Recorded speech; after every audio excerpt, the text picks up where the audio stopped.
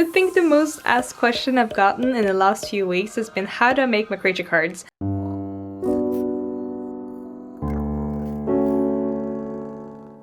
And they're actually not that hard, and to me, not that expensive, but it might depend on what you want to do with them. For me, it's Patreon, so people actually get the card every month, so it's sort of paid for through that.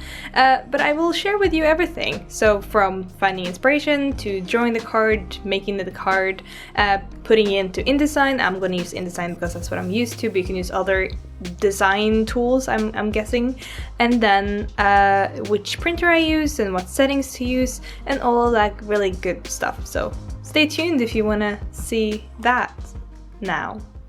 Good. So I'm going to use my iPad for all the art, just so you know, but before we do anything like that, we need to decide on the size. So there's a few different things you can do. If you're here just for the printer, I use printed.com. It's a very cheap and quick printer. I use them pretty much for every postcard, greeting card, business card, anything printed card I use them for. And they're pretty good, and even if they mess up, they will reprint it for free most of the time if you email them. Anyway, there's a few things you need to know. This is a Pokemon card. My cards are Pokemon card size because I really enjoy this size. However, you can choose to just go with a normal business card size or with an A7 size. The thing is, if you choose either of these two, you are eliminating a big and long, well, it's not really a big long step, but to get this size, aka my size, you need to ask for a custom cut. And it's not that hard, it's really simple and straightforward, but it is a bit different. So I will share how I do that, but you can just as easily just choose to print a business card, and you can choose whatever paper you want. Or if you want a really big card, this is an A7 card. So they would be like that. I'm pretty sure the Animal Crossing cards are this size. Wait, let me check. I take that back. They are actually just about the same size as Pokemon cards, which I didn't know. Well, that's cool. I thought it was this size, but that's fine then. This is the most common size, which is also a poker card size if you ever need that. It is 63 by 88 millimeters. That's all you need to know. But when you are doing your card design, you need to add bleed so that you don't have white edges around everything. Also, just because I know somebody's gonna ask, this is my old business card with some of my old art. This is the first kind of creature card I did in October last year, but as you can see, it's a lot bigger and it has a shiny, it just feels like a printout and I'm not a fan of it, but it has our little ringtail squirrels on them. Hello! It was kind of the first trial. But yeah, anyway, let's move on. Okay, so the first thing you're gonna do is to create a custom sized canvas, and I'm going to put that to millimeters, and I'm going to give it 63 by 88. So that's the proper size that it should be. The printers we're going to use, they might be a little bit off because they're quite cheap, but this is the right size for a Pokemon card anyway. Now, something that I will do is to drop in just a color. I'm not going to draw in this file itself because it's too cramped for me. I would like to move on to like a bigger size and then just squeeze it into this one later. So what I'm going to do is I'm going to copy my layer and then go to my A4 and I'm going to paste it. There we go. And then I can scale that up without changing anything, and I can be drawing on that. Only thing you have to remember is that outside of this square, you'll have to extend whatever is on the edges of the square. You need 3mm bleed so that you don't get any edges around, any white edges around the card. Now, something else they can do while my pen is charging is to go to Pinterest and find some inspiration for your card. I would recommend doing something completely new or following kind of something that someone else has done. You can search for trading card. I take a lot of inspiration from Pokemon card. There's some things I don't like, but some things I do like. This is a Pokemon card. I will just make that into a board called Card Inspo, and that will be open for people, so if you want to find that, you can find it. Anyway, I'm gonna go around. This is my childhood. If everyone else remembers Bella Sara, please just comment because it was my childhood. Everyone has different styles that enjoy. For example, my friend says he does things, makes his card look like this, while mine look like this, and it's just different styles, and that's how it works in this life. Anyway, it's completely up to you. This is the fun thing. I grew up kind of designing my own creature cards, just by I don't know, just making Pokemon cards. It was so much fun, especially wolf cards. And just doing this properly now is just a dream come true. Anyway, now after finding some inspiration and stuff, I'm gonna just make a completely new creature card with maybe a creature. This is where I want the creature to be. Of course, you can make rounded edges and all that if you want. I'm gonna duplicate this again. If I remember how to do that, there we go.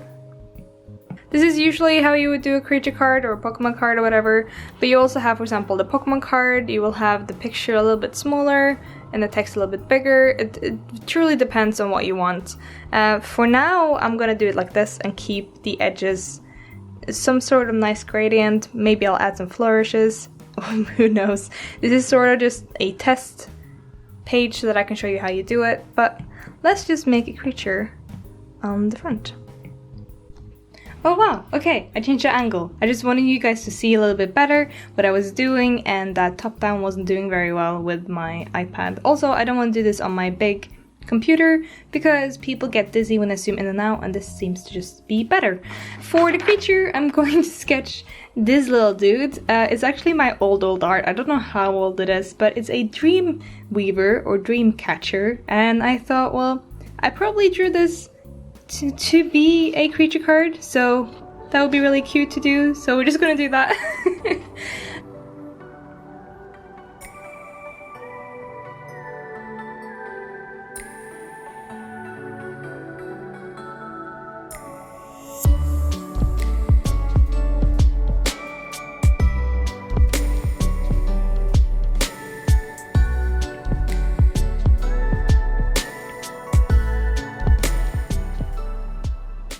Now that I'm thinking about it, I honestly think this guy was inspired by Umbreon. It looks so much like an evolution. What?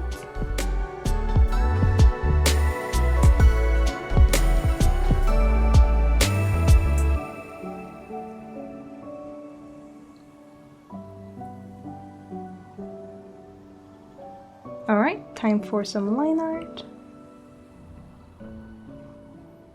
Usually I will, as you guys have seen, I will do my creature designs with watercolor as more of a sketch, but I do bring them into Photoshop and paint over them just to make them a bit smoother because it will look better on the card. However, you can do this as how you want to do it. So if you want to do everything watercolor, then do that. Like I'm pretty damn sure a creature card with just like watercolor art would be insanely amazing, or just like a trading card. Doesn't need to be a creature card.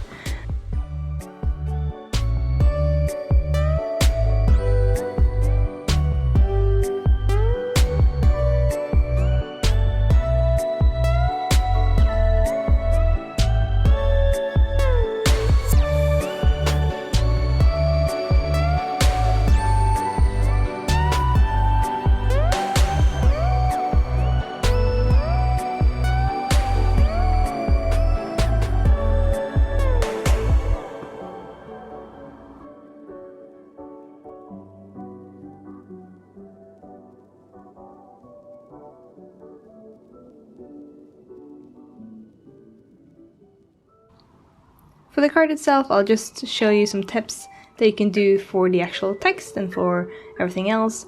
But for now, a little bit more of the video will be me finishing up this little creature.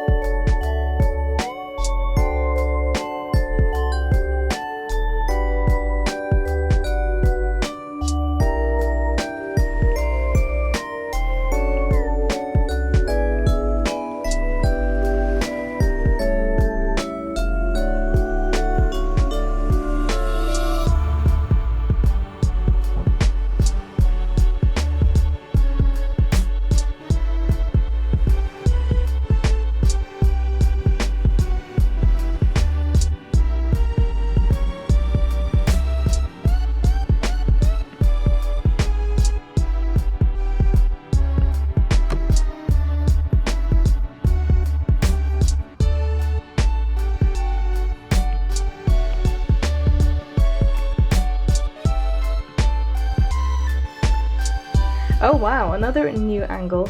We're testing it all out today. So for the background, I usually go for something a little bit blurred. Now, I've kept myself inside the square, but I'm actually going to just, I think this is, yeah, that's the square.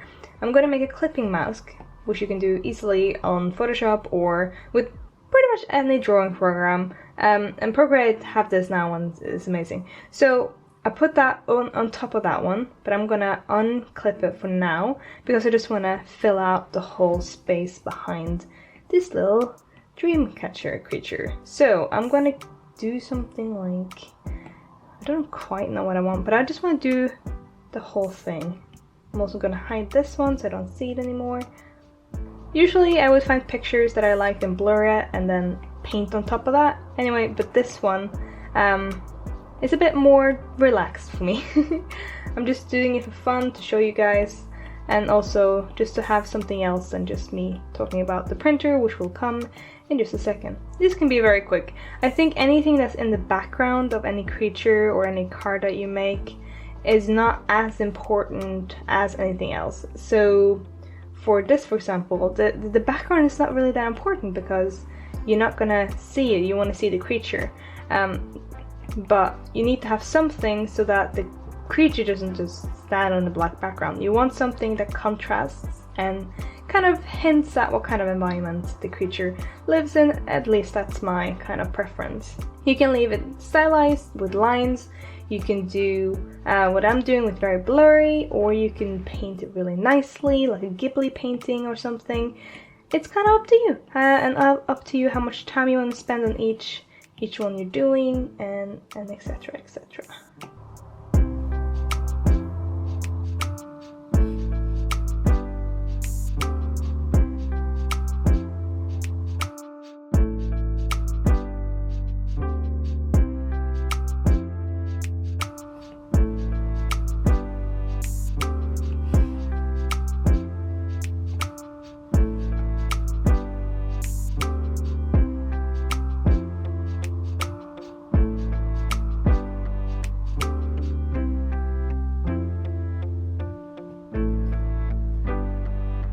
Something to keep in mind when you're doing this is to keep zooming out because it needs to work in about the same size of a Pokemon card. So this needs to be working in about, well, about that size. It needs to be working here. Right now it doesn't really quite work. I need to add some, and that's just trial and error. You just have to remember to zoom out just to double check.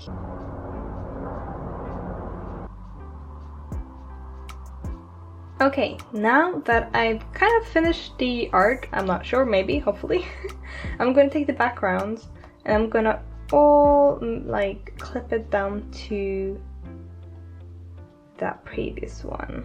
Because now I have that background separated like that. But if I need to extend it, if there's anything else I need to extend later, I can just extend this square, and as you can see, if I do this, I'll still have a background, and it's very, very handy, so I would recommend you do that. That is the creature. So now you have all this other stuff you need to do, right? To create text and everything. The easiest way that I've found to do this is just to give some sort of gradient to whatever square you have. So we have this square here. This is probably the easiest way to do it. I've done a little bit more fancy on my creature cards. They have less of a gradient.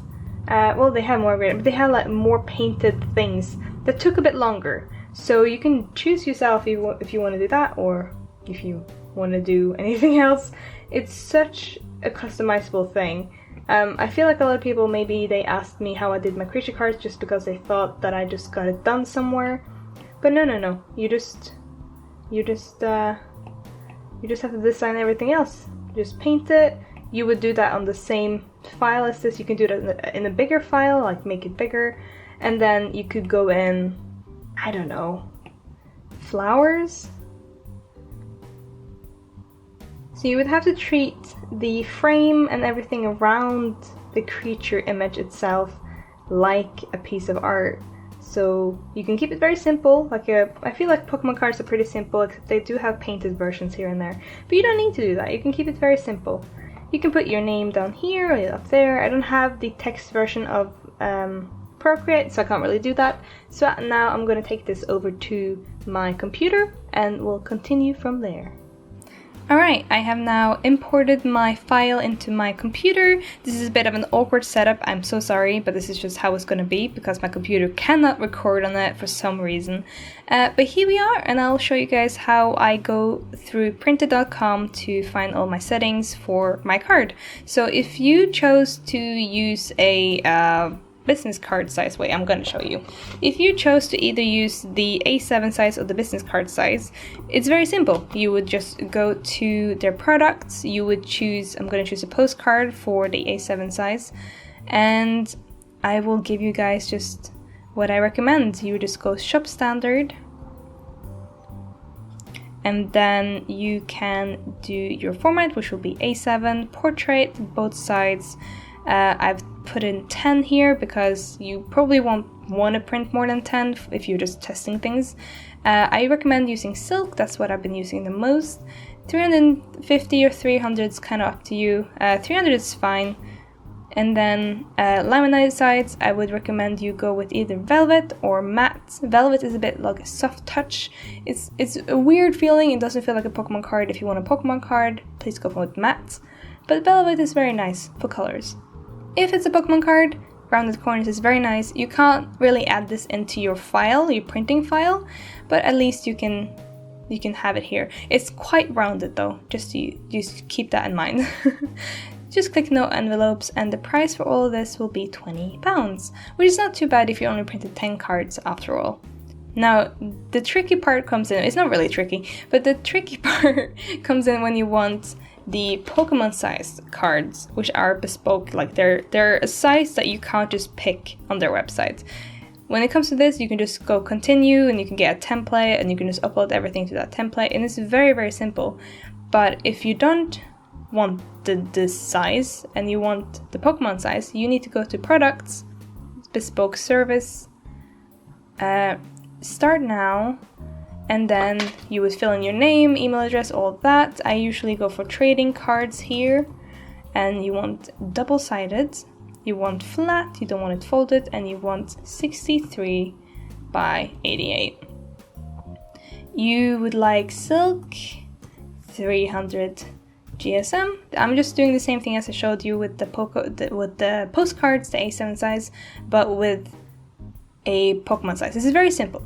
And then if you go 10, no, you don't want multiple different versions of it. You want it to be laminated, you want velvet, or you want matte, and then rounded corners. Now if you do this, you pretty much get whatever you need. It will take a few more days than a normal, just like a postcard would do, because that's just through their online thing.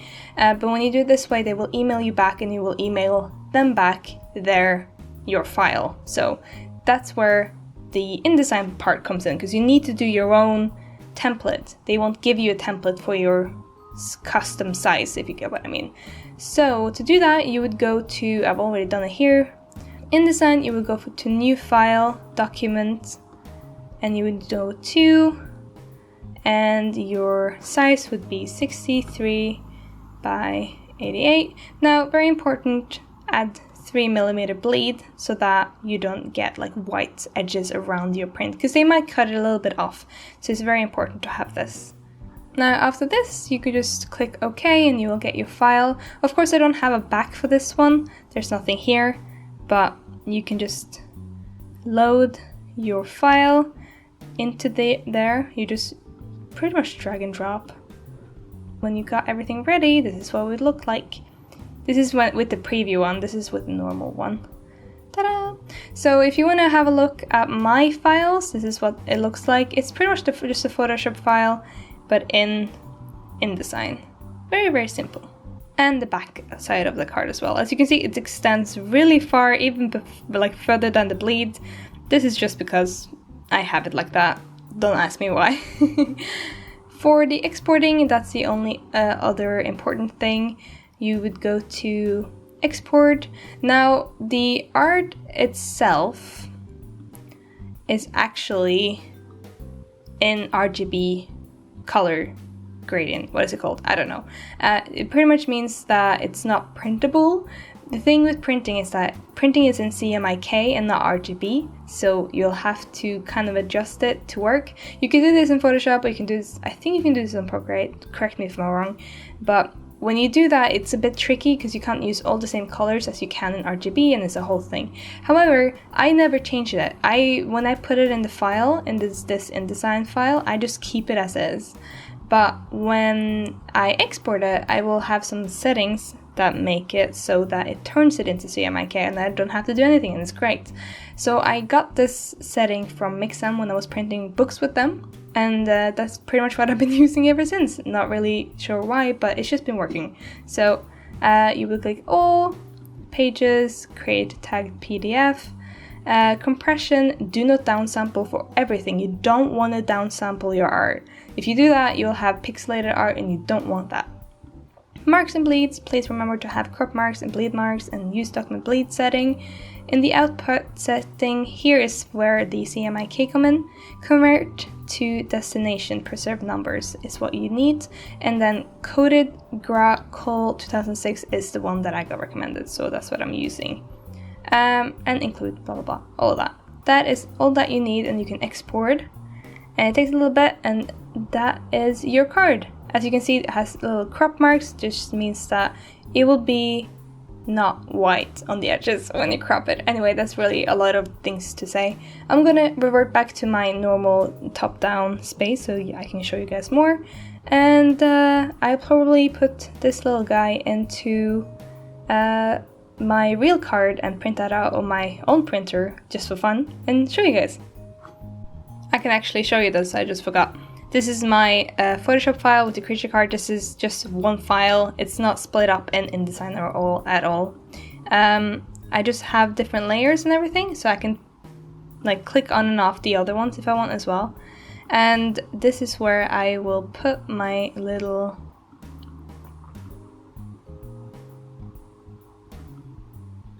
He's actually a little bit too small for this file, but that's alright. But now I can scale him and he will fit into that. To get it to work like this is a whole other thing.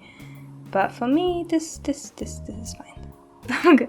This feels like when... Did you guys ever have those stickers that you would like shimmer, like fake shiny Pokemon that you would stick on real Pokemon cards and it would kind of be real?